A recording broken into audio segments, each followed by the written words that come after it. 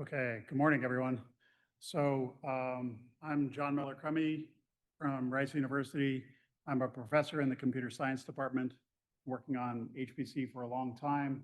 I lead the HPCToolkit project, which as part of the DOE exascale effort, we added capabilities for monitoring GPU accelerated applications, including on Aurora and on Polaris as well.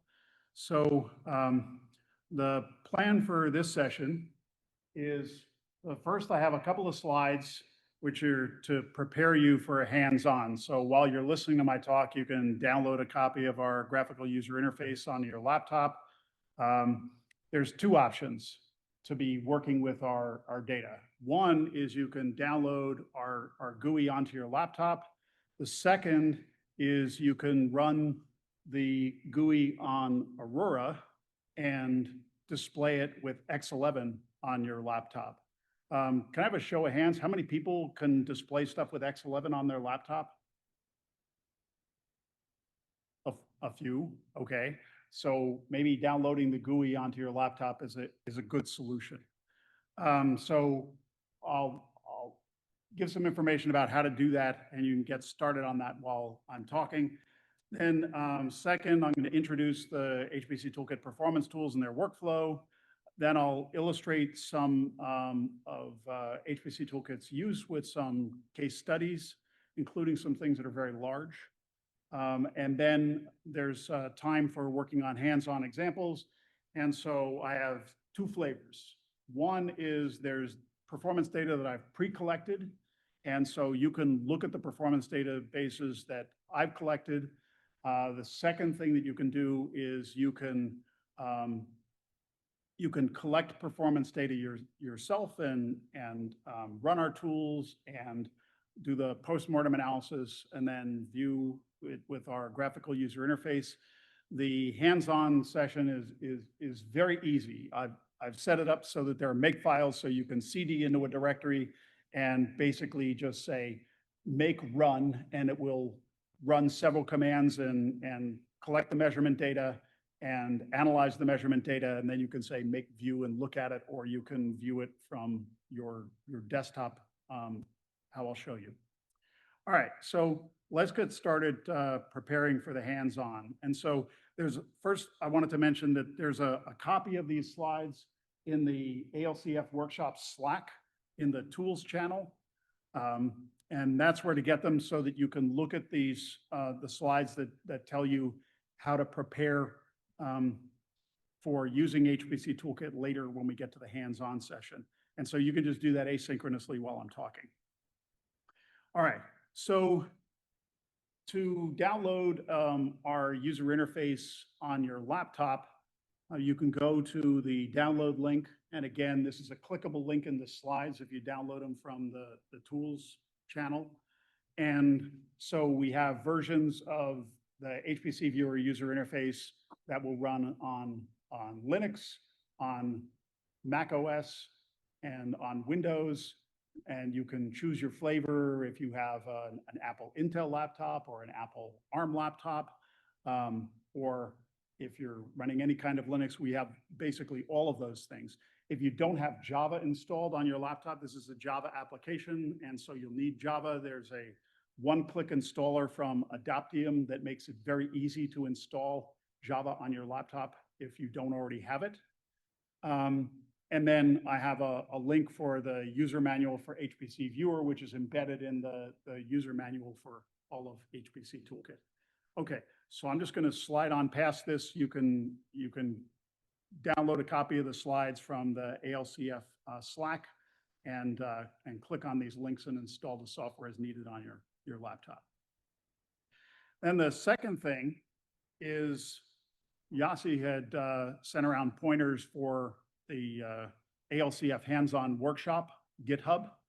And so if you haven't already cloned the ALCF hands-on workshop, you can clone this, and my recommendation is you put it in the work directory in Flare under Flare ALCF training.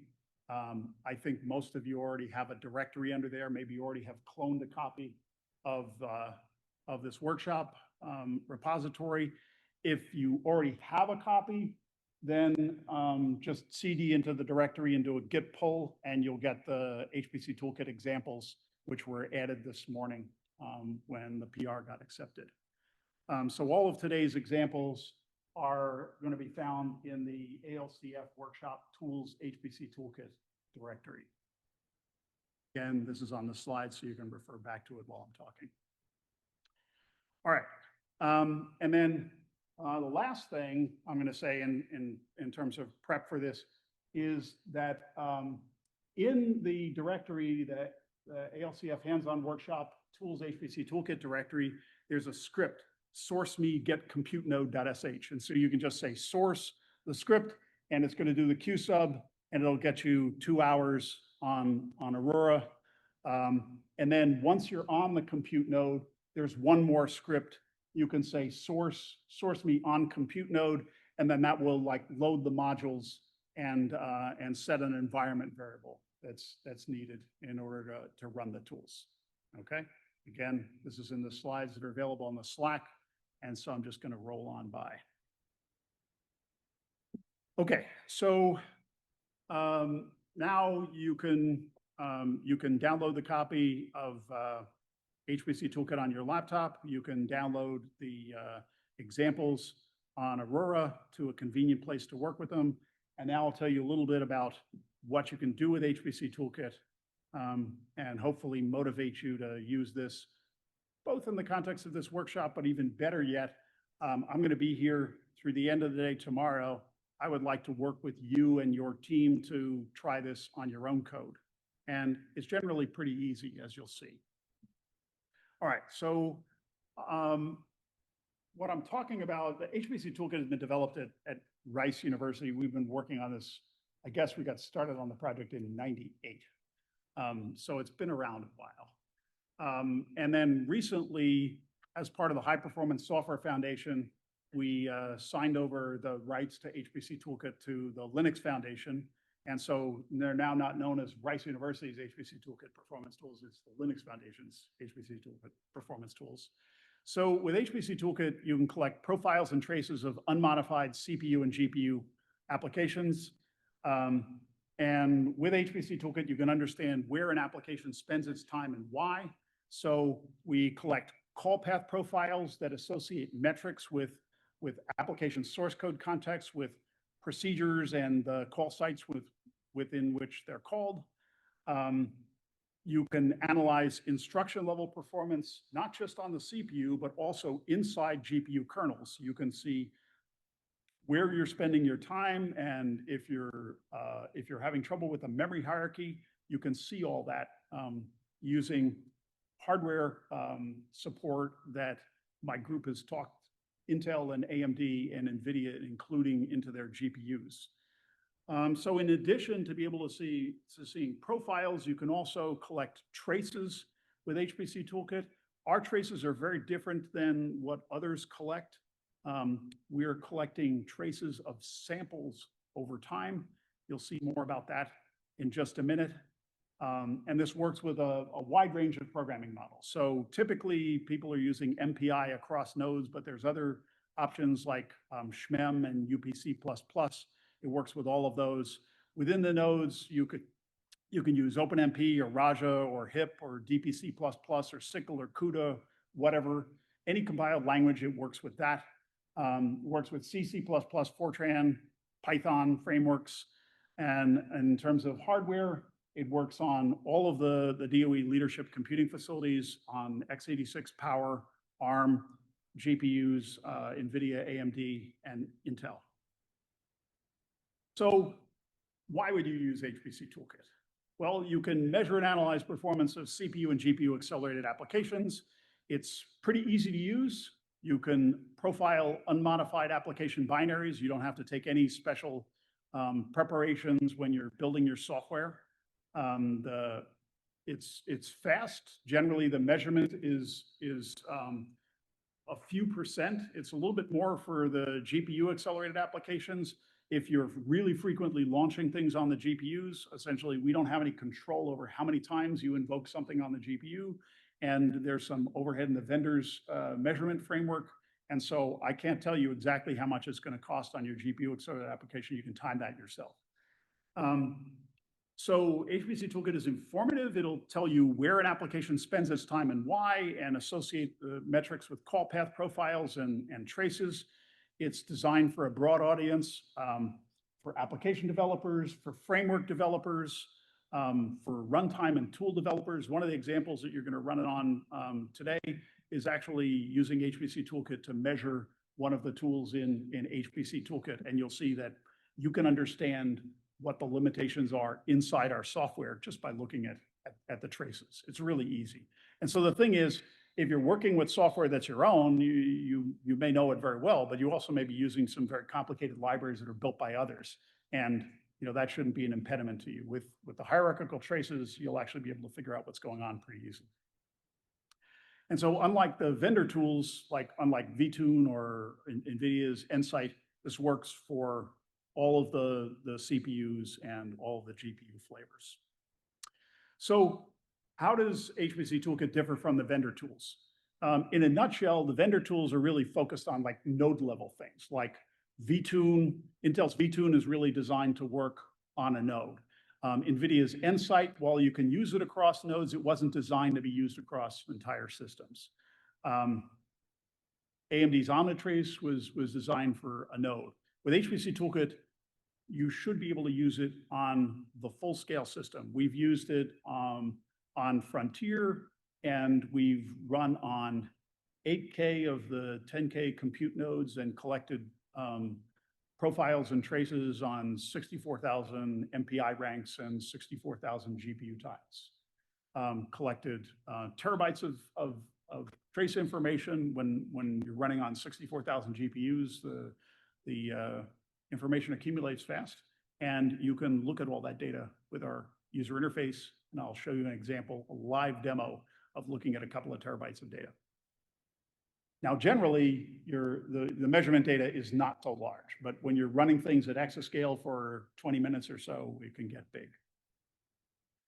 Okay, so let's talk a little bit about the workflow for HPC Toolkit. So we have 4 tools inside HPC Toolkit. There's HPC Run, which you use to profile and trace executions on CPUs and GPUs.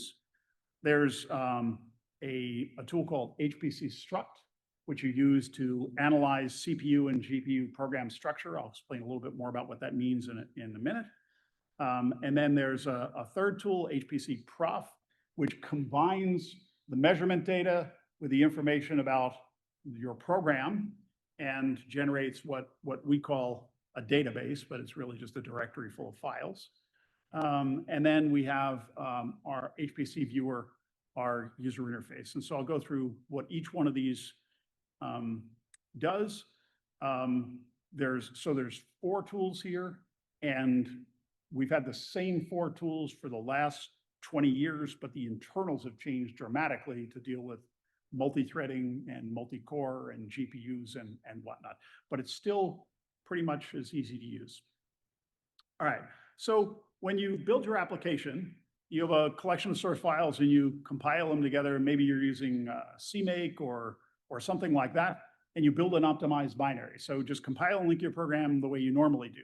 The one thing that will give you a better experience using tools is if you add like a -G flag as part of your compilation. And so this is in addition to your optimization flags. But compilers by default don't record a mapping between the machine code and your source lines. And so if you use our tools and you don't use, or if you use any performance tool and you don't compile with -G, then the best we can do is attribute things at the procedure level. If you use -G, we can attribute it at the line level, at the level of individual loops, at the level of inline code.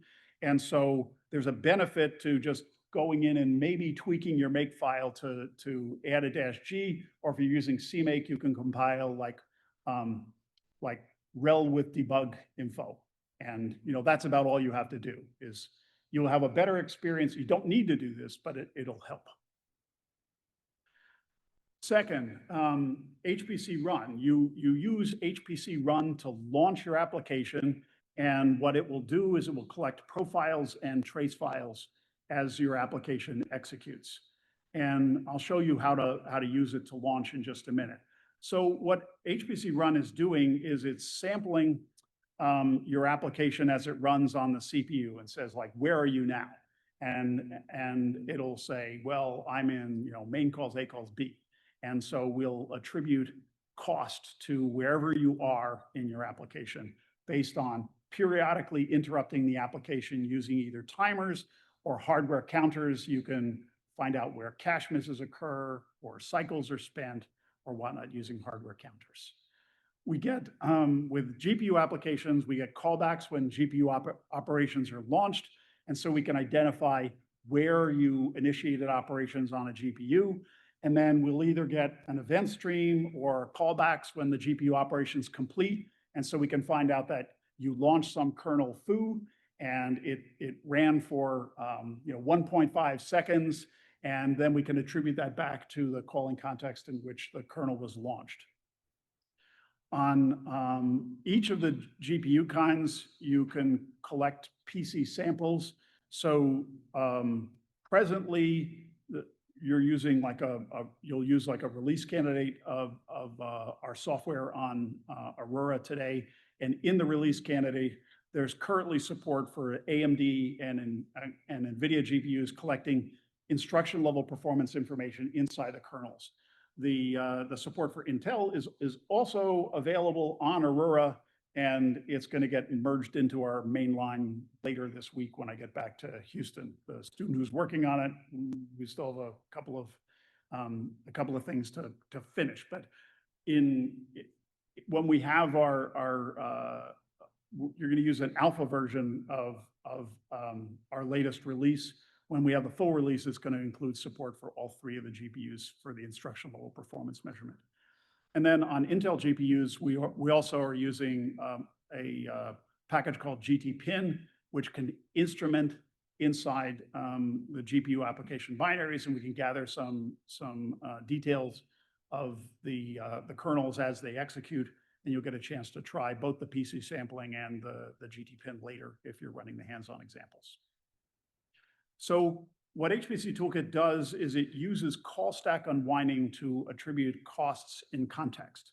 So what happens is when your application is running, say a timer goes off, when I say a timer goes off, you tell it, I want you to measure the application using CPU time. And so then HPCToolkit will set a timer to go off periodically, maybe 300 times a second. And whenever the timer goes off, we'll say, where are you? And it says, oh, I'm at some instruction in C, when called from B, when called from A, when called from main. And so we'll attribute the cost to say, I found out that I was here and I was in this calling context, okay? And then over time, as the application runs, we're gonna be collecting call path samples every time one of these interrupts goes off. Or every time you launch a GPU kernel, we're gonna be collecting the context in which your kernel is launched. And so over time, these paths get knit together in a tree. And so conceptually, like up at the root, that represents kind of main, and then maybe one of the subtrees represents solve, and another subtree represents init, and then another subtree represents finalize. And so what we have is this tree that represents the structure of the calling context in your program. And then at each of the nodes in the tree, we're going to have cost, where the cost is either I spent time here, or I launched a mem copy that copied so many bytes, or I had so many cache misses here.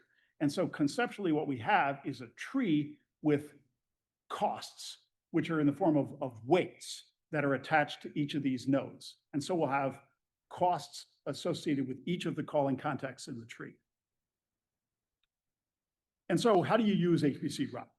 You'll just say HPC run-E, so E stands for event. And so we've just hotwired our syntax a little bit, and we'll say GPU is equal to something. And so with a current release, you can say GPU equals CUDA, equals ROCm, equals OpenCL, or level 0, and then you launch your app. And so this would be to launch like a single process. If you're going to be launching like an MPI job where you're running across 1,000 nodes in the system, then you'll launch a batch job, and then you'll use MPI exec saying how many ranks and whatnot. And then you'll just put HPC run and whatever arguments there before you launch your app. And so you'll just take the arguments to launch HPC run and tell MPI exec actually launch HPC run, and HPC run will then launch your application. And we'll collect data on every compute node in every process, in every thread, on every GPU stream as your application runs. Okay.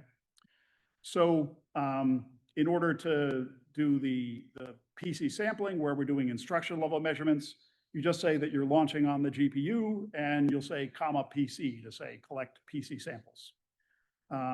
If you want to collect traces, then you can just add a -T or a -TT to whatever you're measuring, whether you're measuring, this is saying I'm measuring CPU time on the CPU, I'm measuring, say, on level 0, and I want to trace both the CPU execution and the GPU execution. Now, I mentioned there were two options. There's a -T and a -TT. -T says, whenever you're measuring on the CPU, just use whatever the default measurement frequency is that's set up inside our tool, like 300 samples a second. But if you're launching, say, 10,000 kernels on the GPU in an individual thread, per second, if we were only sampling 300 times a second, we wouldn't be able to capture everywhere where you launched a GPU kernel. The -TT just says high resolution tracing. So that every time you actually launch a kernel, we also capture the call stack in which it was launched on the CPU side. Okay, basically, so we can know, here's where kernels have been launched. And that's about it, in order to measure things. So you'll just, and I should mention here that here, this is different than up there, because with OpenCL, we don't support PC sampling. The vendor interfaces don't support it, and so we don't support it either. Okay, so if we launch the application with HPC run, then we're going to collect the profile and trace files, and then as the application runs and it collects profiles, I don't know how much you know about the way this thing works under the hood, the way your application works under the hood. But if your application is linked against things like a math library and libc and linked against libmpi and whatnot, and so as your application runs, a whole bunch of shared libraries get loaded into the CPU, and then when you launch things on the GPU, there's GPU binaries that get loaded into the GPU, and so whenever these profiles are collected, we keep track of what CPU binaries were involved. And then the GPU binaries kind of get revealed to us at runtime, where maybe they're buried down inside the application itself or in the libraries. And as they get loaded into the GPU by being copied out of the application memory into the GPU, we'll record them on disk so we know, what they are. And so what we're going to do then is we're going to take the CPU and GPU binaries that your application was using, and then HPC struct will analyze the program structure, and it will record what it found. And so, what do I mean by recovering program structure? What it's going to do is it's going to figure out, like, from looking at the application binaries, it's going to figure out what source files were involved, what functions were involved, where there's inline templates or inline functions, where there are loops inside these functions, and what source lines are inside the loops and inside the functions and inside the inline code. And so essentially, when we're collecting the performance information with HPC run, we're basically, everything is associated with machine instructions. Like I took a sample and I was at this machine instruction reached by the following call site, okay, where the call site is just the return address. And so then HPC struct is going to figure out how do all those machine addresses relate to your source code, okay? We do this as a separate step. Why do we do this as a separate step? First of all, if you're running on 1,000 nodes, we only have to do this once. We don't have to do this on every one of the nodes, okay? This is a a small scale effort is looking at the binaries that you've got. And then second, when your application is running, it's loading GPU code into the GPU. And so these are becoming revealed as the execution happens.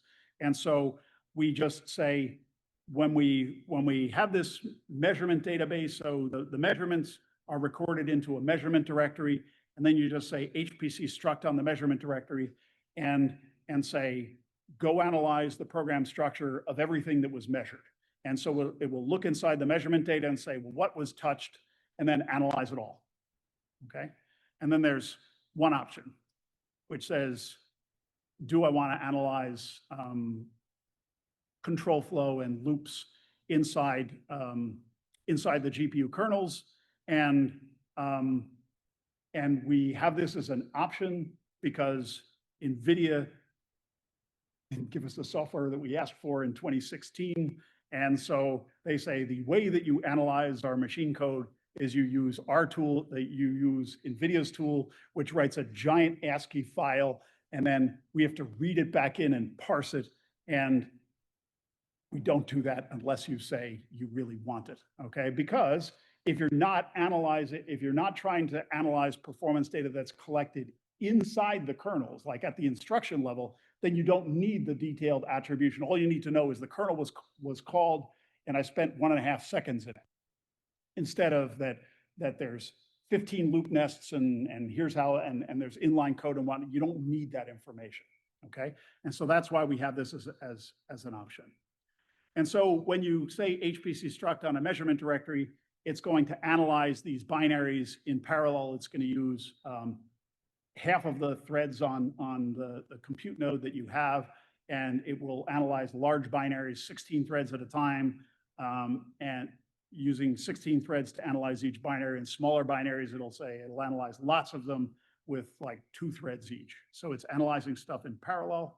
And then also it's caching the binary analysis results so that the next time you change your code, maybe you're changing something in your main program, you don't need to reanalyze the MPI library and libc and whatnot. Once you've analyzed it, you store it in a cache and just say, oh, if you've already done it once, then we'll just use the results you have.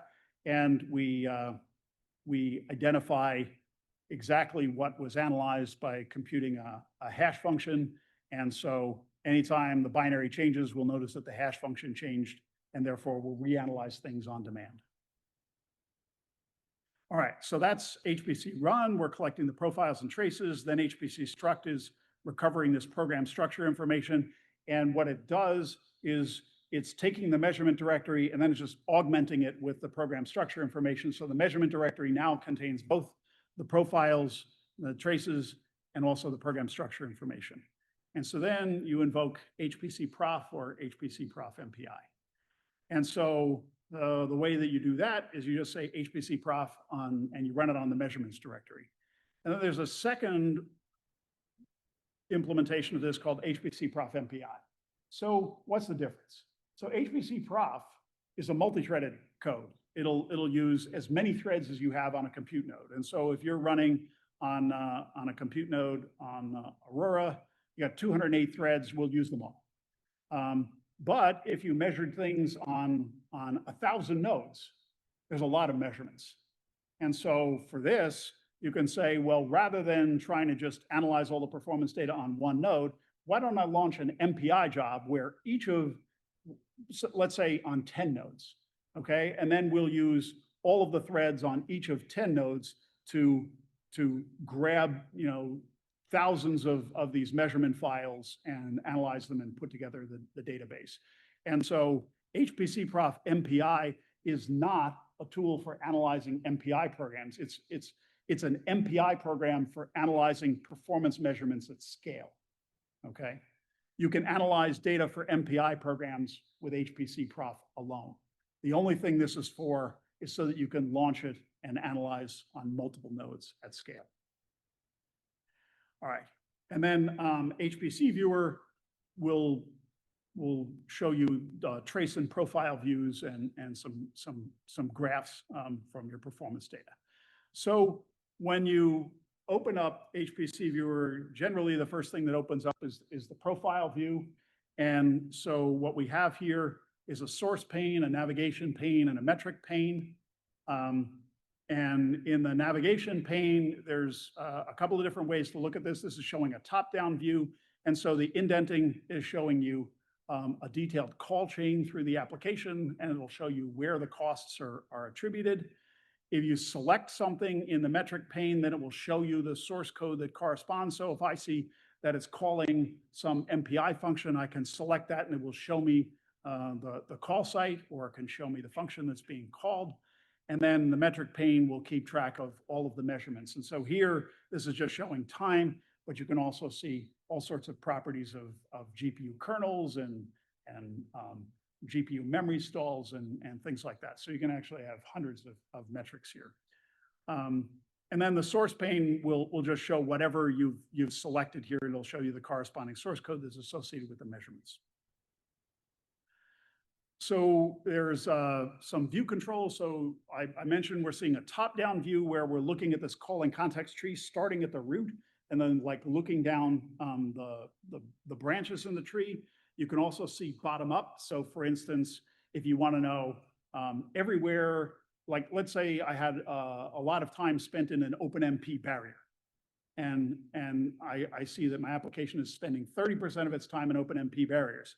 So in the bottom up view, I can say sort by where you're spending exclusive time. It'll show an OpenMP barrier. And then I can look up the call chains and say, show me everywhere where an OpenMP barrier was called, or show me everywhere where a memcopy was called. Okay, and so the bottom up view lets you see when costs are being incurred all over for something in particular, you can see where those costs came from. And then there's a flat view that just says, okay, so I have this piece of code, and I don't care where it was called from, just show me all of the costs that were associated with this piece of code. And in the calling context view, this is showing in the top-down view, we see not just the functions in the call chains. In fact, we're also seeing this overlaid with information about inline procedures, inline templates, outlined OpenMP loops, and loops in the code. And all of that additional information, besides just the call chain, that comes from the binary analysis where we're saying, let's recover all the information about the loops in your code and the inline functions and whatnot.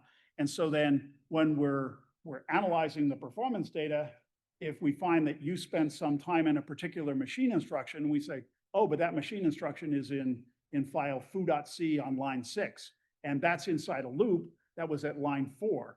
And then that's inside some inline function that was inline in some other function that was inline in some real function that was called from somewhere, okay? And we get all of that by doing this binary analysis with HPC struct. And so what this will show you is if you're using something, like if you're using SYCL, this will show you all the stuff under the hood, like what's actually happening with your code. All right, so so far, here I was talking about like the profile view. Okay, so here we've like collapsed out the time dimension and we're showing you where the costs are associated with like, you know, context in your application. And also if we're doing this in MPI, we're summing across all of the threads and all the ranks in this summary view.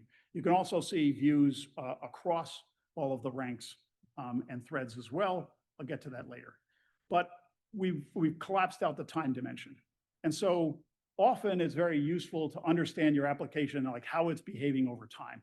And so what we do is when you're running, we're collecting the call stack here. Okay, we're unwinding the call stack at time t, and then at time t plus delta and t plus 2 delta and 3 delta. And so we'll get a series of these call stack unwinds that happen every time either a timer goes off or you launch a GPU operation. And we do this in every thread, in every process, in every MPI rank on all the nodes in the system. And then how do you analyze this? You have this, you think of this conceptually as like a visibility plane. If you raise the visibility plane all the way up at the top, you see that everybody's in this blue dot, and that represents like main. And then maybe we move down one level, and then it says maybe the green represents run. And then we move down another level, and then we see some detail. Well, maybe this is init, and then this is evolve. Okay, and then we move down, or solve. And then we move down another level, then you can see what's going on inside solve. This will become a little bit more intuitive when you see a demo. But that's conceptually what we're doing is you get this hierarchy of views from this single trace. All right, so here is a trace view from just an MPI application. And so on the vertical axis, you have MPI ranks, OpenMP threads, GPU streams, whatever you're measuring, it gets a line on the vertical axis. And then time flows left to right. And so you'll see that there are timestamps along the axis.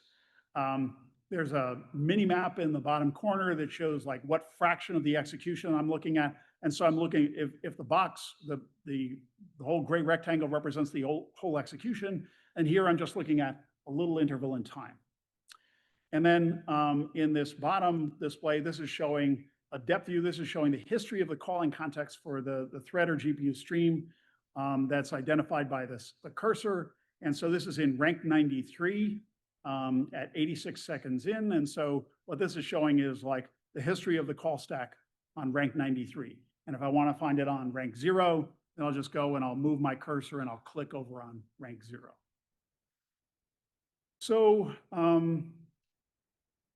at the cursor here, what we have in this window is actually the entire call stack at the point that I selected in the execution. So what that says is that 86 seconds into the execution on rank 93, flash called evolve flash, called hydro, called PPM sweep, and so on, all the way down to xspinner 2. And so if I want to know like what was going on over in this green, I can click over there and it will show me the entire calling context of what was going on at that point in time.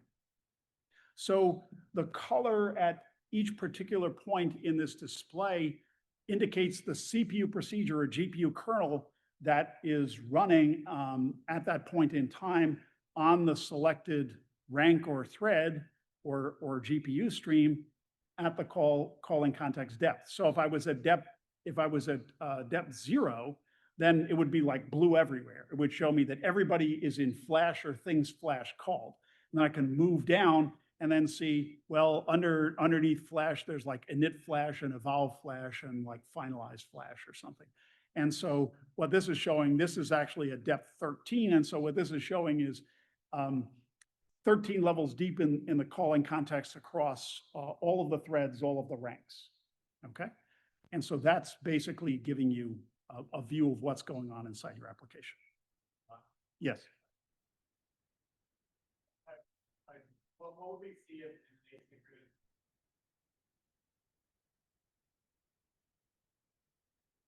So if there are multiple kernels that are running on multiple queues on thread, what you'll end up with is a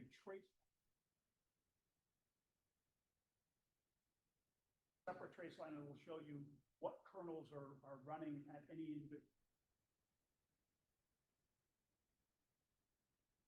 Okay, and so with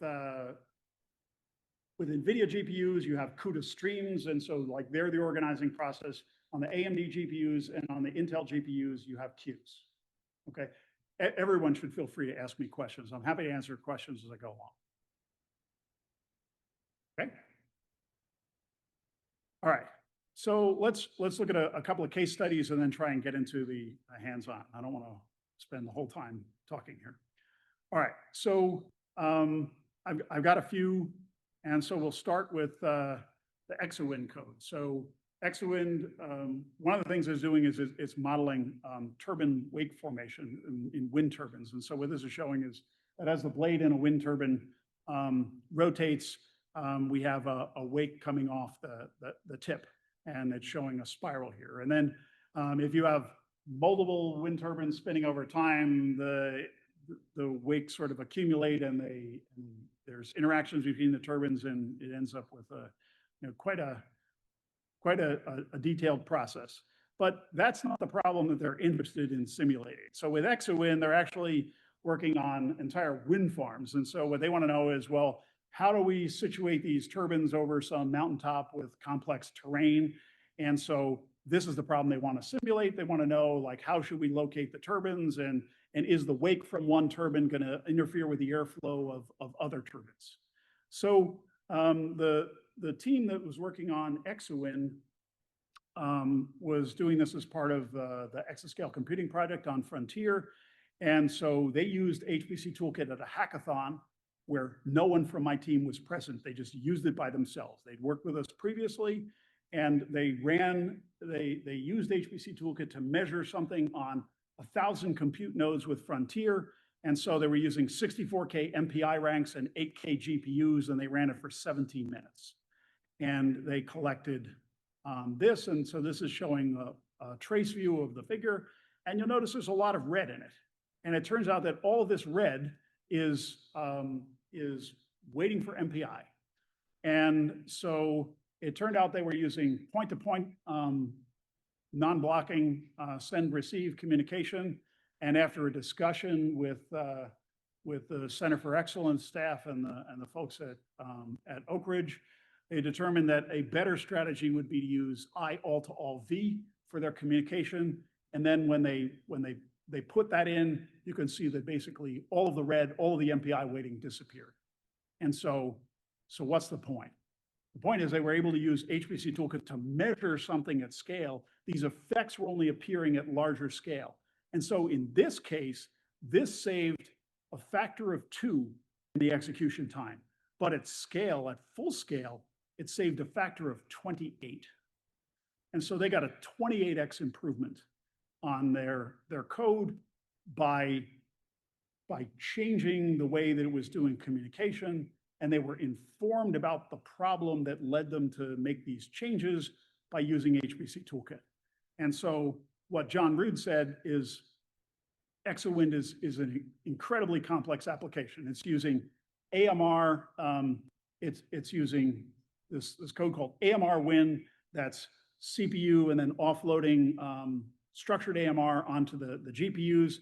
And on the rest of the compute cores, it's running NaluWin, which is running an unstructured mesh solver. So we're measuring this heterogeneous execution that's got both NaluWin running on the CPUs and AMR Win running on the CPUs and GPUs.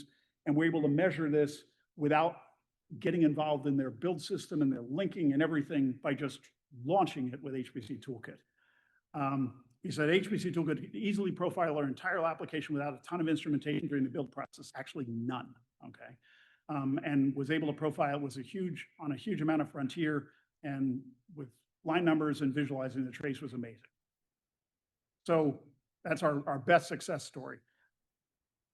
So at an NREL hackathon back in February, a group was running a code called Pele LMEX.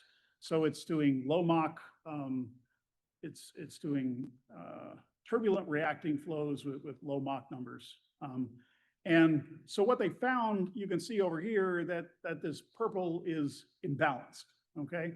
And so these GPUs are doing more work than the GPUs over here.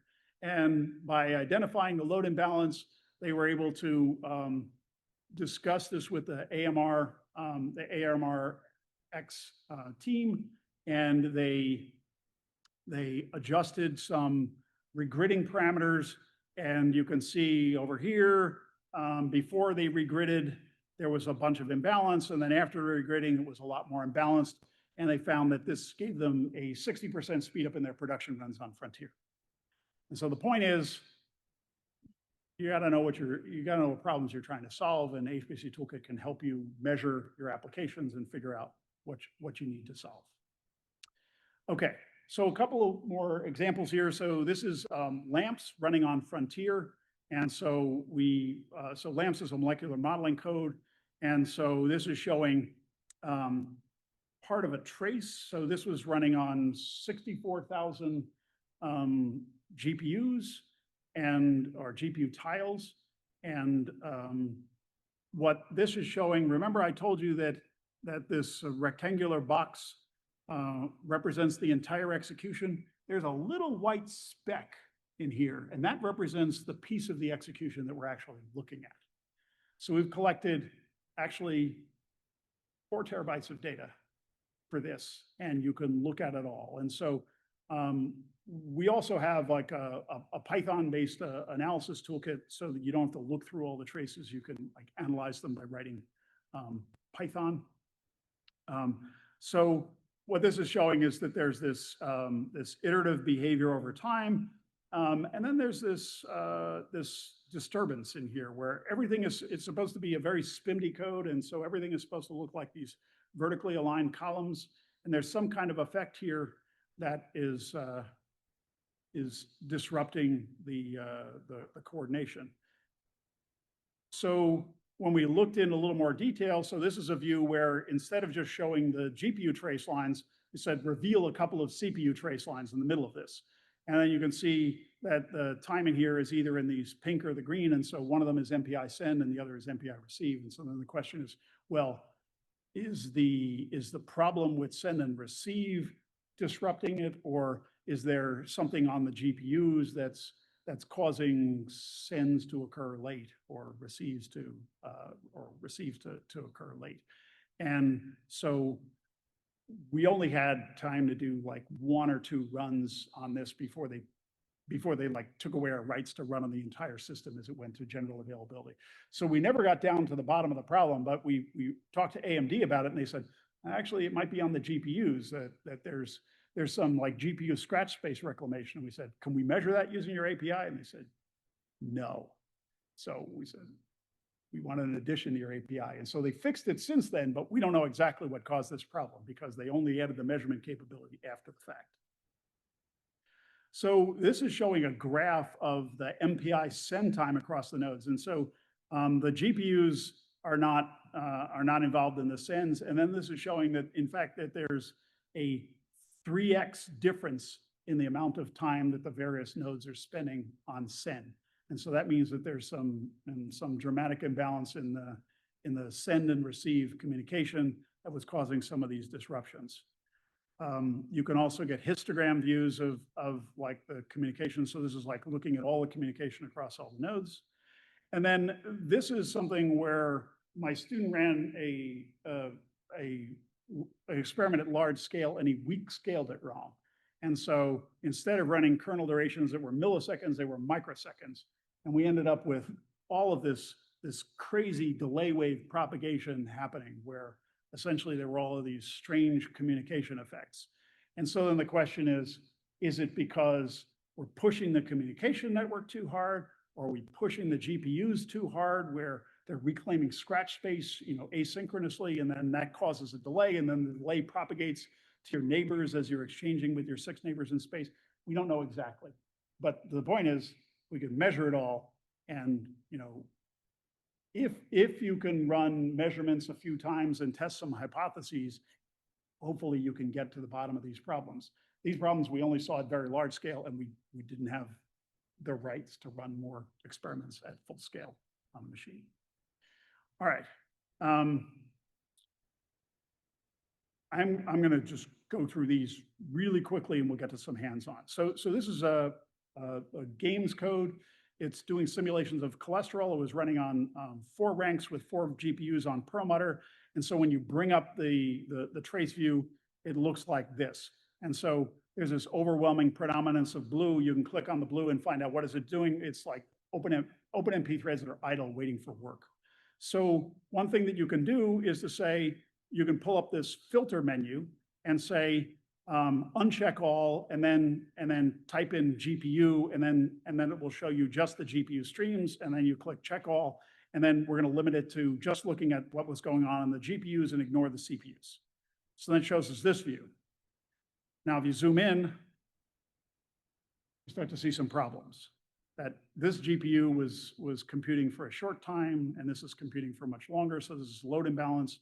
There's also load imbalance in the kernel that's shown in red. There's load imbalance in the kernel that, well, actually not for the one in pink, a little bit for the one in orange. What they were doing was they had a problem that was working with triangular iteration spaces, and they were giving everybody an equal number of rows. And so as you got deeper in the triangle, the rows were longer, and so there was load imbalance. So once we showed them this figure, we're able to change their partitioning strategy and improve the load balance. So this is showing this thread view, where it's also showing that there are points in the view that are showing the load imbalance. The red line is something I added for clarity on this figure so that you can see those points. So this is a larger case with 5 nodes, 40 ranks, 20 GPUs. And so then I just said, show me the GPU streams. Like, I don't want to see the CPU stuff. Just show me the GPU streams. What's the problem here?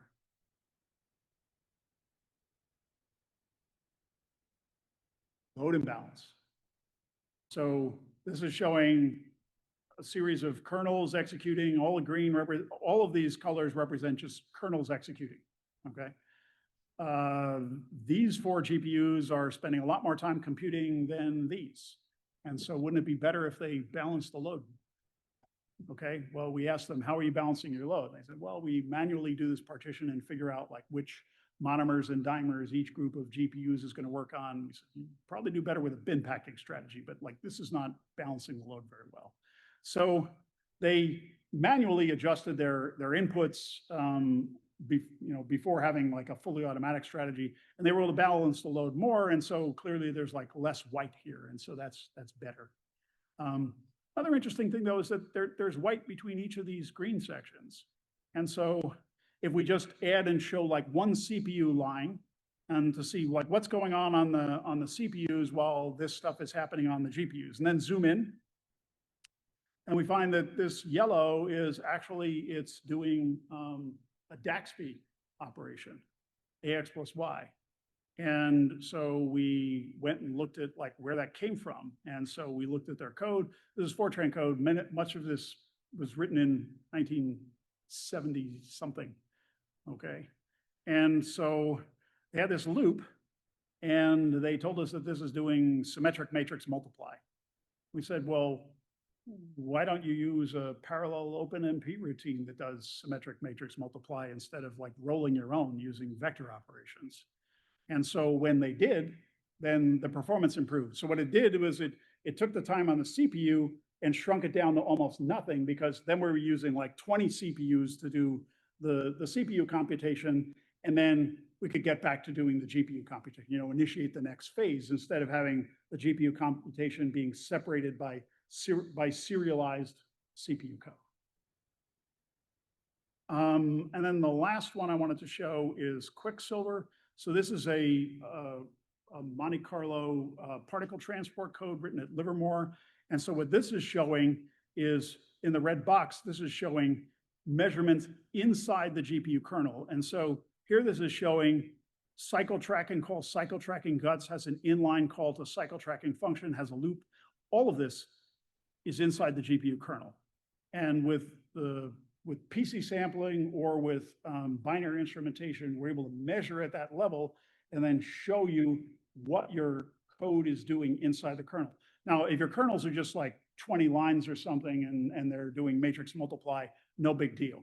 With Livermore, they have this code called Mercury, where the way that they parallelized their Monte Carlo code on the GPU was they shoved the entire Monte Carlo solver into a kernel.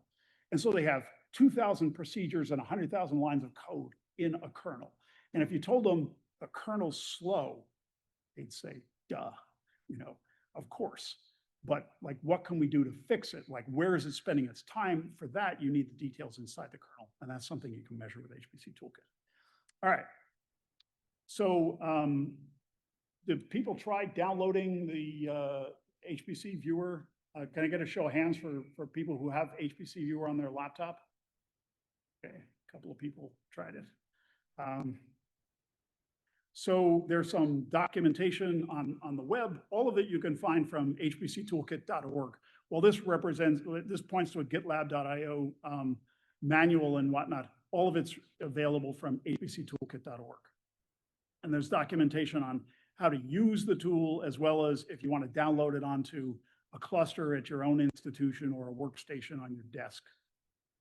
All right, so there's some pre-collected databases to explore and some hands-on examples.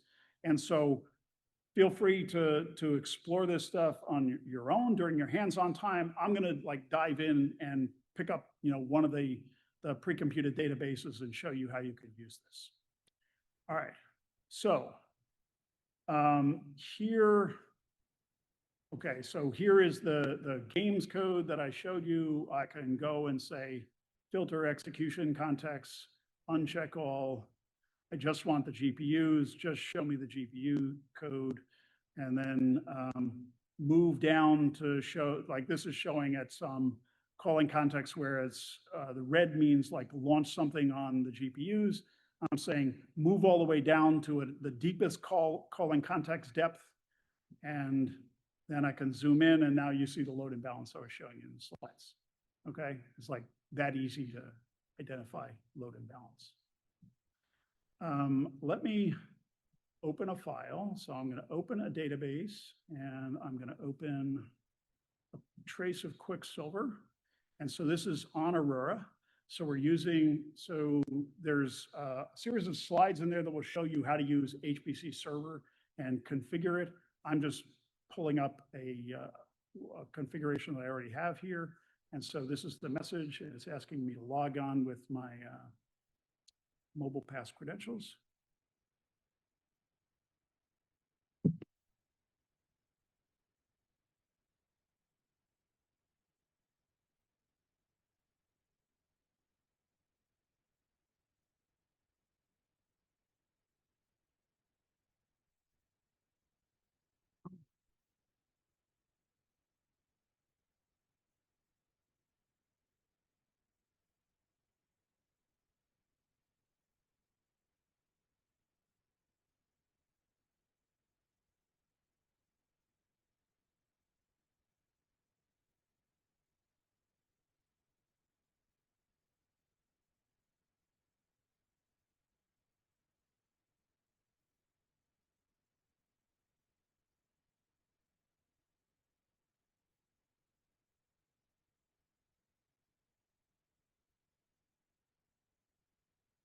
Okay.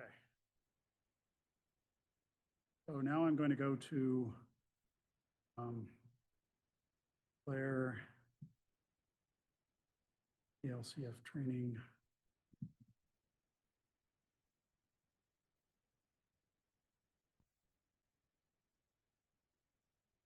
Databases, for examples, Quicksilver, trace, profile with a trace. And so if in the profile view, I can say, show me the calling context. And a lot of what you see here is a whole bunch of strip code inside CUDA. Okay, whatever, I don't want to see that. Show me where the GPU operations are. 100% of the GPU operations are inside this loop. And it shows me all of the GPU operations are calls to this cycle tracking kernel. And so this is one where, so this is a model for this Mercury code where it's got 100,000 lines in the kernel, not in this proxy app. This has a couple thousand lines in the kernel. And there's only one kernel in the application here. And there's no explicit memory copies. It's using OpenMP with implicit copies. And so the only thing that we see on the GPU is the kernel. So if I go look at the trace, what I see are, so some of the trace lines here are rank 0, thread 0. So that's CPU trace lines. And then these ones where we see a lot more white. So this is saying it's rank 0, GPU context 1. Okay. So if I want to, I can go and say filter execution context, uncheck all. Let's go look at the GPUs. I'm going very fast here because it's all shown in the other 90 slides that are in the deck. What's the problem here? Load imbalance. Okay, so the first rank is calling this kernel a few times, short calls, and then the other ranks are calling it many more times. I showed this to the application developer, and he said, "Oh, I didn't realize that our canned example that like the default configuration for this was so bad. We should fix that." It's like you can find out these things by looking at that. Now, if we wanted to say, well, what are we spending time on in rank 0 in here? So I can go back in the filter menu and say, well, actually show me thread 0 in rank 0. And this is PMPI all reduce. Okay, so what happens is you finish your kernels and then you end up doing an all reduce with all of the others. And so basically everybody, all of the CPUs are, they finish their work and then they enter the all reduces. And so if I go and say, let's uncheck all, and then all we want are the CPU threads. So you see, if this is the time in all reduce, this one waits a lot, this one waits less, this one waits less, this one never waits, because when it shows up, everybody's ready. Okay, so we can see the load imbalance on the CPUs and GPUs here. No, pretty easy. All right. Let's actually go run something. All right, so great, my Q sub completed. It timed out waiting for input. All right, we'll go look at another example while we wait for this to come back in the queue. All right, so let's look at something larger. Oh, well, actually I have something very large. So in my virtual desktop here, I'm looking at this database that we collected on Frontier.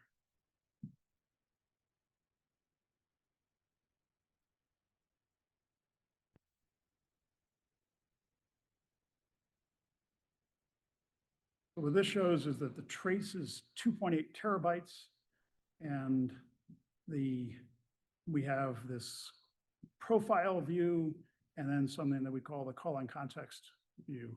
And so one is organized by the profile view is organized where we have the information for thread 1 contiguous, thread 2 contiguous, thread 3 contiguous. So like every execution context has all of its measurement data contiguous. And then the other one is a transpose of that. And so if we want to know how much time does everyone spend in MPI send, or how much time does everybody spend in GPU kernel F in some particular context, then it's organized so that we can say, show me the time that was spent in solve and graph it across all of the threads involved in the execution. So we have two things that are 47 gigabytes and this 2.8 terabyte trace. Okay, so this is a live view of this 2.8 terabyte trace. And you probably can't see this here, but it's not zooming in as I zoom in. So there's a little tiny speck right here that shows like, this is the amount of what I'm looking at. And so what we're showing here is both the CPU and the GPU context. And so this is 2.8 terabytes, and I can move around in it carefully, go all the way out to the big view, okay?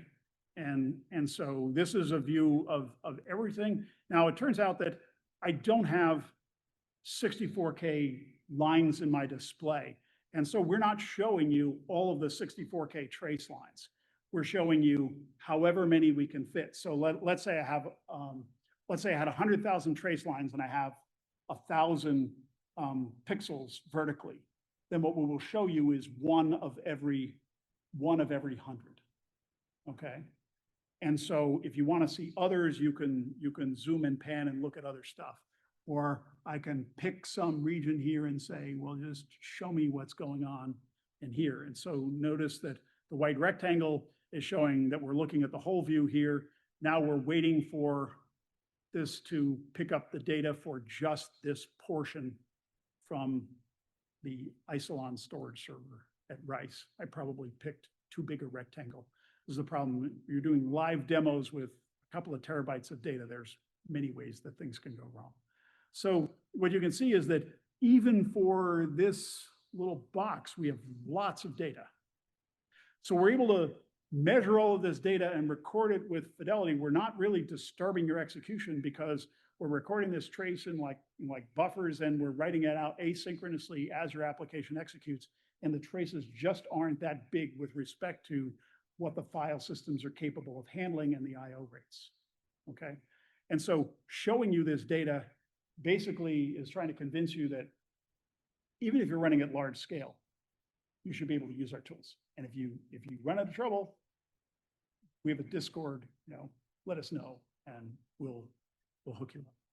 Okay, so my job came through, so I'm going to go to my copy of the hands-on examples. Tools, HPCToolkit, and then there's a source me on compute node. Okay, this is setting up, this is saying I want this in my module path. I say module list.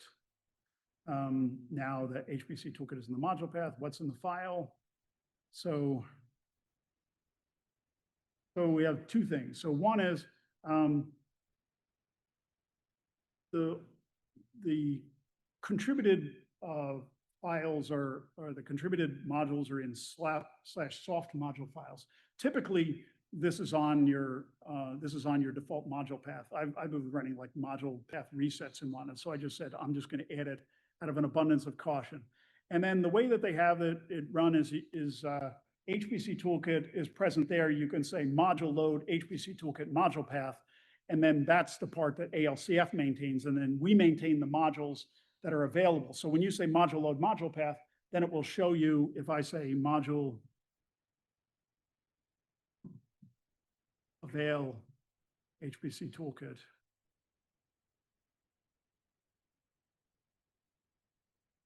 it will show you our latest and the default version, the alpha. There's also a preview of the PC sampling support and some older versions. Okay, so now I'm in my examples, and I'm going to go to this HPC struct, which is actually our tool, and I'm going to say make run. And so what this is going to do is it's going to use HPC run to measure the multi-threaded HPC struct as it analyzes its own binary. So my point was, it's a tool for application developers, for framework developers. You can also use it as tool developers. And now here, after analyzing this, it's also analyzing all of the binaries. So it ran HPC struct on the measurement directory and said, analyze all the shared libraries that we loaded when we were executing. And then finally, it said HPC prof on the measurement database, and it gave us the results in HPC struct.db. And then if I say make view, and if you look in the make file, it'll have all the three commands, the HPC run command, the HPC struct command, and the HPC prof command. And so here I'm viewing it directly using X11. I'm in a VNC session here with a VNC desktop at Rice, and so I'm just remotely attached to that. And so this is showing using VNC with X11 off Aurora. And so then this shows you what an execution of our binary analyzer looks like. And you can see that there's several different phases. Notice that there's bands of constant color. That's generally a sign that somebody's not doing something. And so if I click here, it says GUMP barrier wait. Okay, so this is at an OpenMP barrier, and this is waiting for the first thread to do something. Okay, so this means that this is a piece of serialized code. And so what's going on over here in the first thread, I can move down the call stack and find out, what it's doing. So this is, I'm putting together a skeleton for the stuff that's in the binary, and all the other OpenMP threads are waiting. What about these teal regions? This is team barrier end. Okay, so this is more, more load imbalance. So some of the threads take longer and the other threads have less stuff to do, and so they wait. And then this region is interesting because if we look at this, what we see is at the bottom, this is saying GUMP mutex lock. So basically, when parsing line information, the way it's adding information into a line map inside, this is software that we wrote. This is software written by the University of Wisconsin that we're using. When they're parsing a line map, they're inserting the information into a line map using a mutual exclusion lock. And so basically all of this is serialization. Could they fix it? Sure, we could write like a data structure for concurrent line map. Well, here it only takes like 0.4 seconds. So do I care? No, probably not. For a larger binary, it would take more time, but probably not enough to merit an optimization. But the point is, like, I mean, I know something about this, but I think that if you were looking at this figure, you just say, well, what are these regions of constant color? You click on them and you find out, oh, well, OpenMP waiting, or here it's waiting for a mutex lock. And so if I look and say, well, show me the hot paths in it. So this is inside egg structure.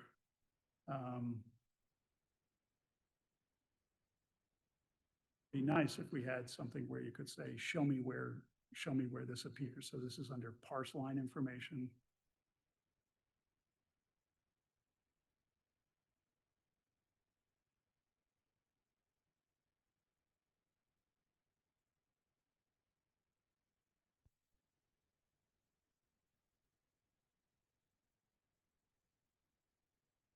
You get the idea. So I could actually trace down where that is and then go look at actually in the bottom up view. If I go sort by that, then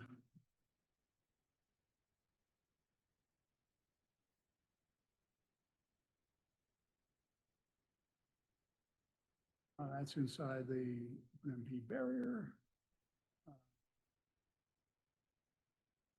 For the mutex lock, the GOMP mutex lock, look up the call path, and then we see, oh, actually, this is an OpenMP critical region where it's inserting something into a map. Okay, so you can like move back and forth between the profile views and the trace views. You see something that looks amiss in the trace view, you go find it in the profile view, then you can go look at the code and the context and think about, what you can do instead. Okay. All right. I'm down to about 5 minutes. And so let me pull up one more thing. So there's another example in here, which I can start running. So QMCPAC is a quantum Monte Carlo materials code. And in the examples here, you can run QMCPAC. I'm not going to put you through the trouble of compiling it. I have a pre-compiled version. So here in the QMCPAC directory, there's a script that says measure it, and then it's pointing to a binary that's elsewhere. And so if I say make in this directory, it says I can make, run, analyze. So I'm just going to say make, run. And then this is going to run QMCPAC on 12 MPI ranks, each offloading onto the GPU tiles. It's got a 6 gigabyte input file that has some data on plane waves.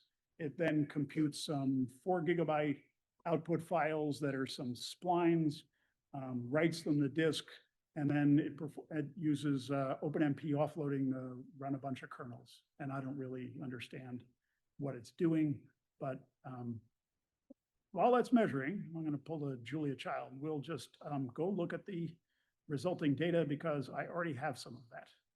So this is the remote interface. I'm just pulling it up and saying, let's open it again.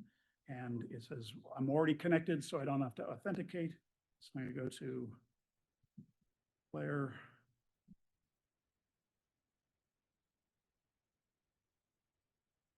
LCF training.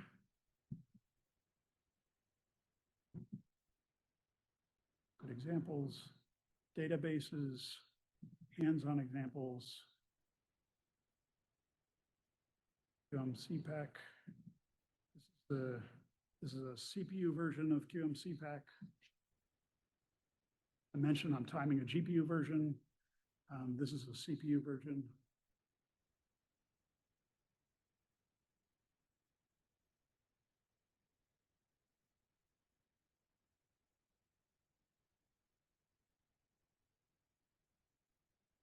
Fetching the stuff over the remote interface from Aurora.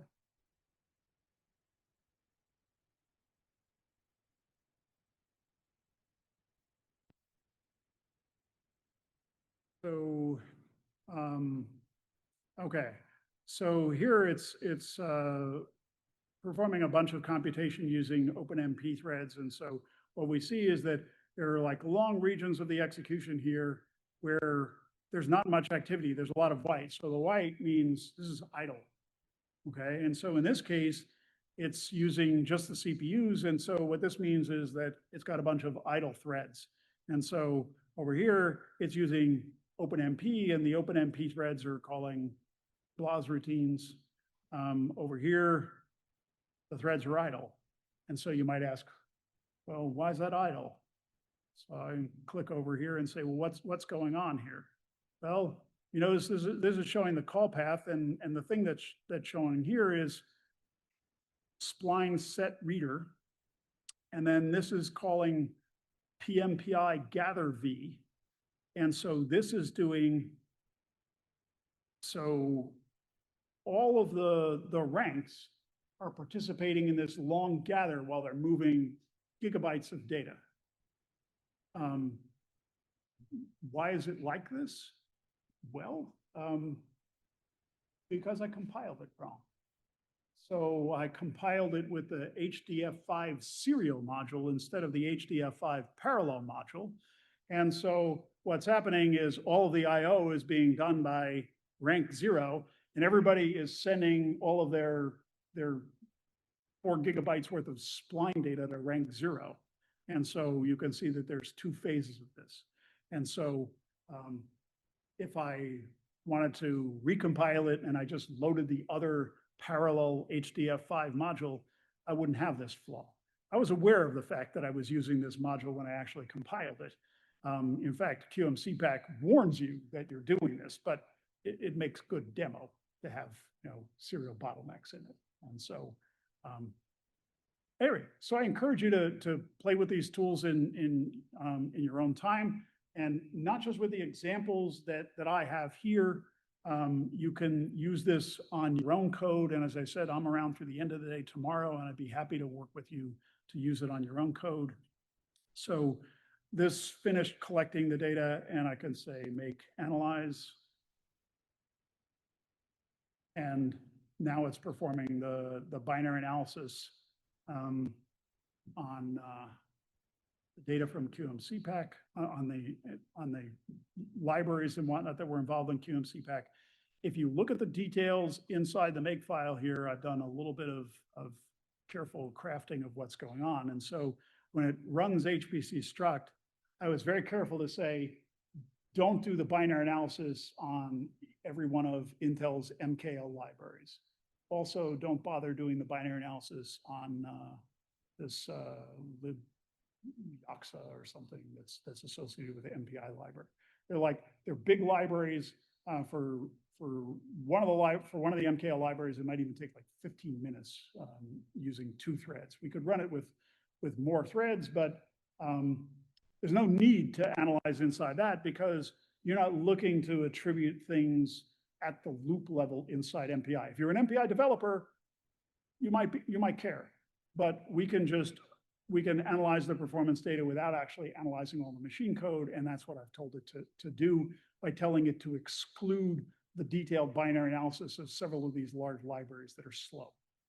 And so that's something that might also be useful with, you know, your applications. If there's some libraries that you don't care about, you can skip the details. All right, I'd be happy to take any questions. I'm on time despite a late start, so I can also do another example if that's what, you know, or we can take a break. Any questions?